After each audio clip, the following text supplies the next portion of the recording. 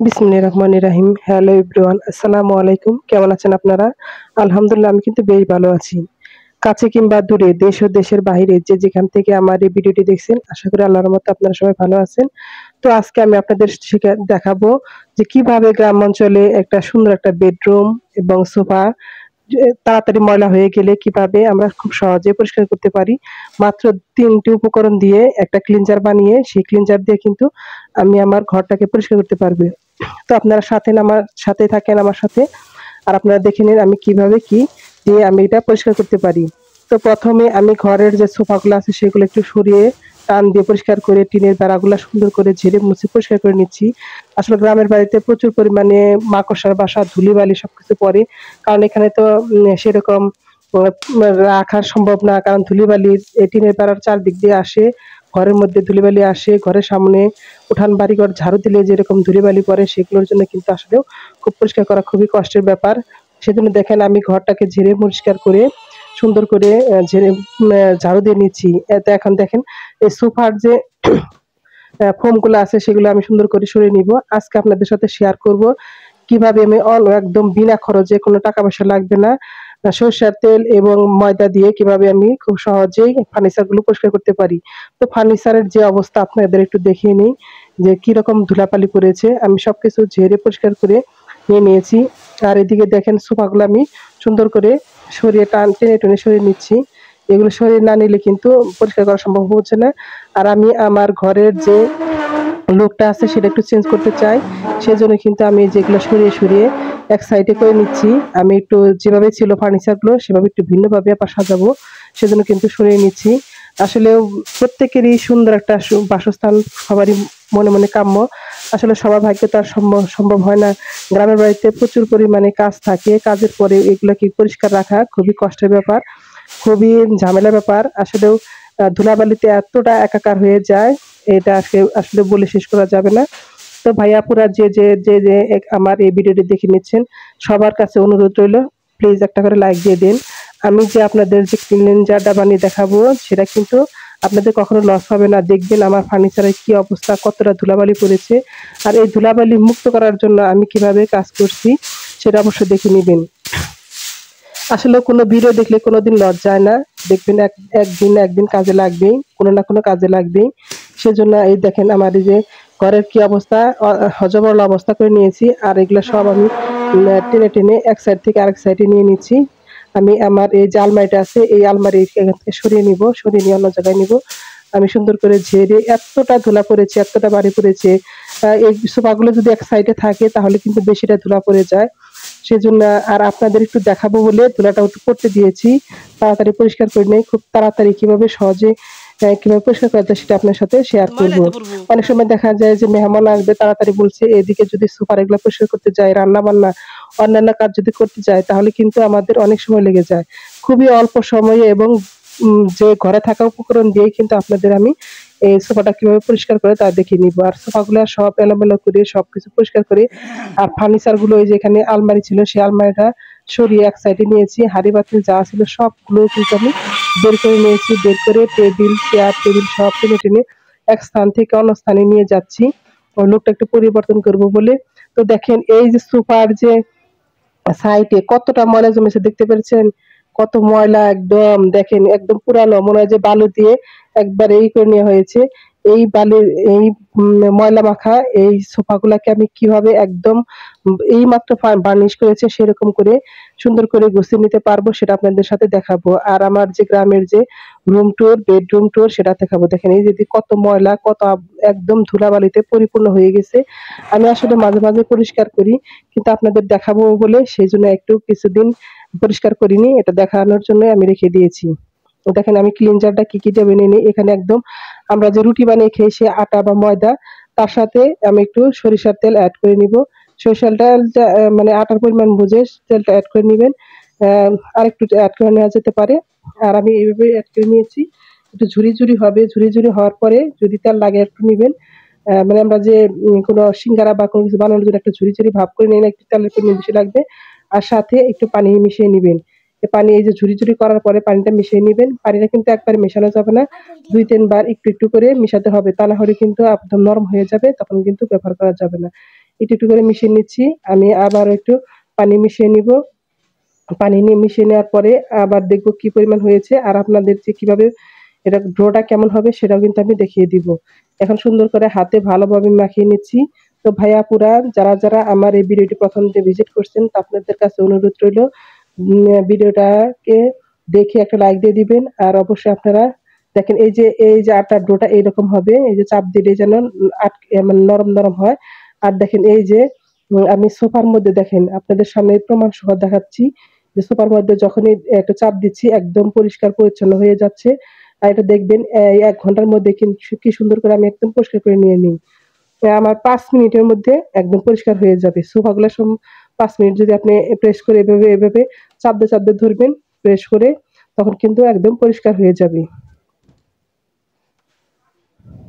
তো দেখেন আপনাদের সামনে দেখেন কতটা এইদিকে কেমন ছিল, আর এখন দেখেন এদিকে কেমন চকচক করছে, আর এদিকটাও আপনাদের দেখিয়ে দিচ্ছি। এভাবে কিন্তু পরিষ্কার করলে কিন্তু অল্প সময়ের মধ্যে পুরানো ফার্নিচার যেগুলো আছে সেগুলো কিন্তু একদম চকচকে করা যায়।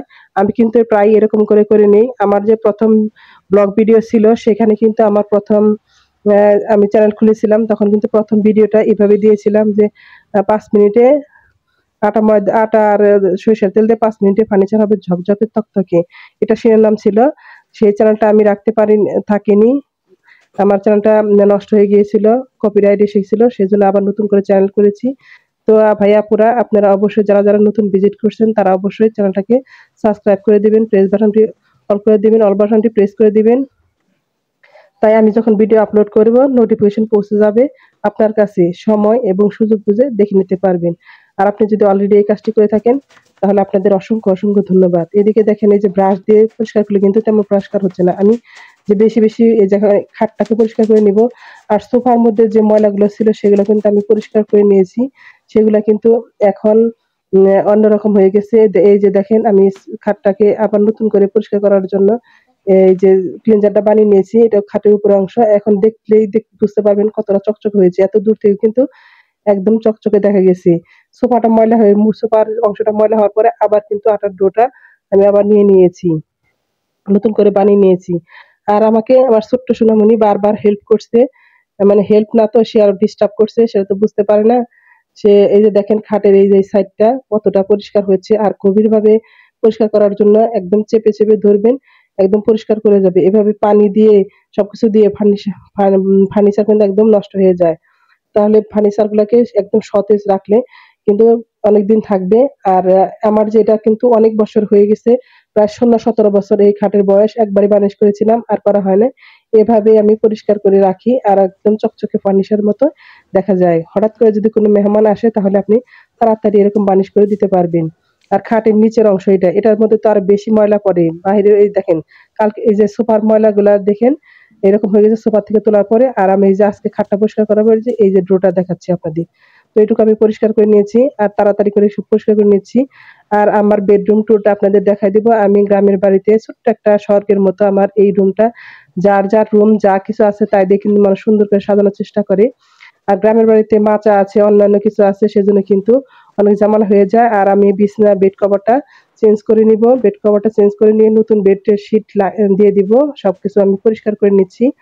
আর আপনাদের সাথে দেখাবো দেখেন খুব অল্প সময়ের মধ্যে কেমন করে আমি সুন্দর করে বেড খাট এবং ফার্নিচার যেগুলো আছে আমার কাঠের ফার্নিচার খুব অল্প সময়ের মধ্যে পরিষ্কার করে নিতে পারলাম। তো ভাইয়া আপুরা আপনারা যদি আমার এই ভিডিওটা আপনাদের কাছে একটু হলেও উপকার হয়, অবশ্যই আপনারা সুন্দর একটা কমেন্ট করবেন। আর অবশ্যই আমাকে জানাবেন কেমন হয়েছে ভিডিওটা। আর আমি যে ছোট্ট গ্রামের যে ছোট্ট বাড়িতে থাকি, ছোট্ট গ্রামে, আর মফস্বল শহরও না, একদম পল্লী গ্রামে, অজপাড়া গ্রামে আমার বেডরুমটা কেমন হয়েছে তা অবশ্যই জানাবেন। তো চেষ্টা করে বা প্রত্যেক মানুষই চেষ্টা করে সুন্দর একটা পরিবেশে থাকার জন্য। আসলে সবার ভাগ্যে কতটুকু হয় জানি না। আমি যে এখানে আছি এটাই আমার স্বর্গ। এই স্বর্গে আমি আমার স্বর্গে আমি সুন্দরভাবে বসবাস করছি। আপনারা সবাই দোয়া করবেন আমি যেন সুন্দরভাবে বসবাস করতে পারি। তো এদিকে দেখেন আমার খাটটা একদম চকচকে হয়ে গেছে। কত সুন্দর লাগছে।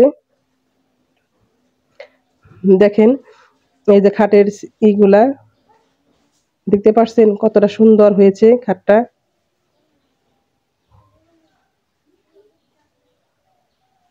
আসলে মাঝে যদি চেঞ্জ করা হয় তাহলে কিন্তু বেশ ভালো লাগে।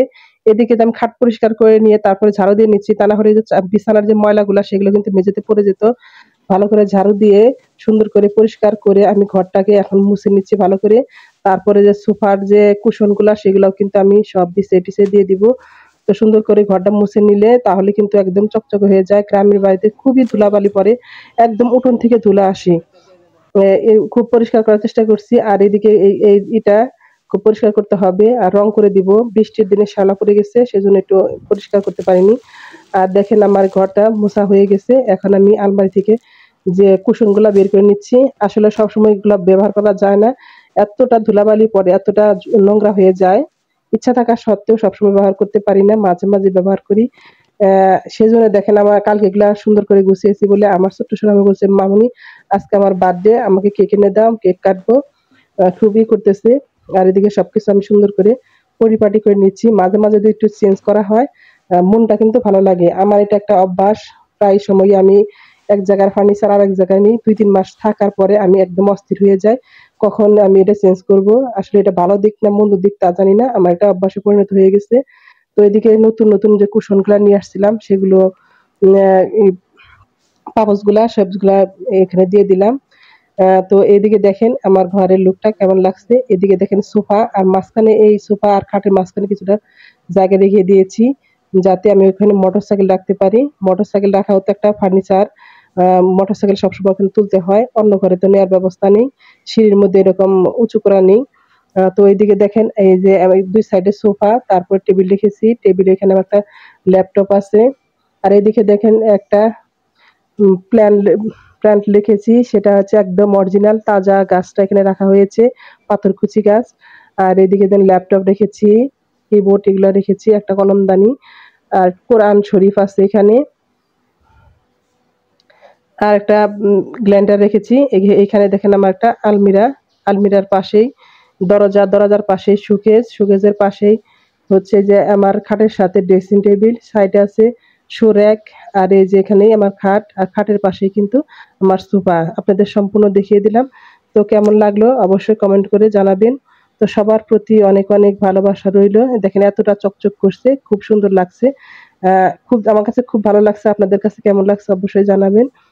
তো সবাই অনেক অনেক বেশি ভালো থাকবেন। সবাই মেম্বার শাহনাজের সাথে থাকবেন। একটা ভিডিও তৈরি করতে কিন্তু অনেক পরিশ্রম লাগে। অবশ্যই আপনারা সূক্ষ্ম সুন্দর দৃষ্টিতে দেখবেন যে কথাগুলো আমি বললাম। তো সবার প্রতি অনেক অনেক ভালোবাসা এবং শ্রদ্ধা জানিয়ে সবার সুস্বাস্থ্য কামনা করে আমি আমার আজকের যে আমাদের হোম ট্যুর এবং ফার্নিচারকে পরিষ্কার করার যে কৌশলগুলো দেখালাম সেগুলো দেখেন কেমন লেগেছে। সবাইকে আমার এই ছোট্ট নিরে আসার জন্য ধন্যবাদ। আর যারা এই পর্যন্ত আমার ভিডিও দেখছেন এবং আমাকে কমেন্ট করেছেন তাদেরকে অসংখ্য অসংখ্য ধন্যবাদ। কেমন হলো এই ভিডিওটি অবশ্যই জানাবেন। তো সবাই অনেক অনেক বেশি ভালো থাকবেন। সবাই আমার সাথে থাকবেন। দেখেন এইদিকে কত ময়লা ছিল, একদম চকচকে করছে, দেখতে পাচ্ছেন আপনারা। তো সবাইকে আর কি বলবো, এভাবে পরিষ্কার করে দেখবেন, খুব ভালো লাগবে। তো সবার প্রতি অনেক অনেক শ্রদ্ধা ভালোবাসা জানিয়ে আমি আমার আজকের ভিডিওটি এখানে শেষ করছি। আল্লাহ হাফেজ। আসসালামু আলাইকুম।